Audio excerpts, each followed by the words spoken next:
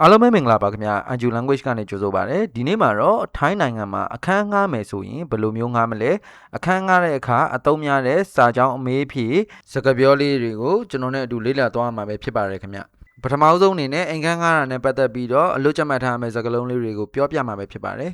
အခန်းကို hong hong hong လို့ခေါ်ပါတယ်အဖိုးအခါကိုကြတော့ခလို့ခေါ်ပါတယ်စဘောငွေကိုကြတော့ခမတ်ဂျမ်လို့ခေါ်ပါတယ် unit ကိုကြတော့ noi လို့ခေါ်ပါတယ်ကျွန်တော်တို့လစာကိုကြတော့ငွန်ဒန်လို့ခေါ်ပါတယ်အခန်းလို့ရှိလားมีห้องว่างไหมครับတလားဘယ်လောက်လဲခင်ဗျာเดือนละเท่าไหร่ครับ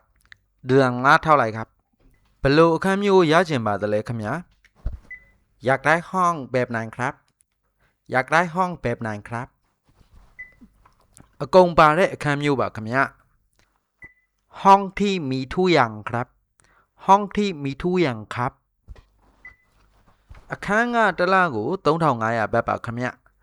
ค่าห้องเดือนละ 3,500 ครับค่าห้องเดือนละ 3,500 ครับအခန်းကြီးခွင့်တောင်းပြရစီခင်ဗျขอดูห้องหน่อยครับစဘောငွေဘယ်လောက်လဲခင်ဗျค่ามัดจำเท่าไหร่ครับ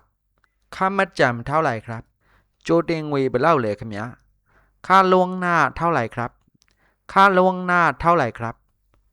ဝင်ကြည့်လို့ရမလားခင်ဗျเข้าไปดูหน่อยได้ไหมครับ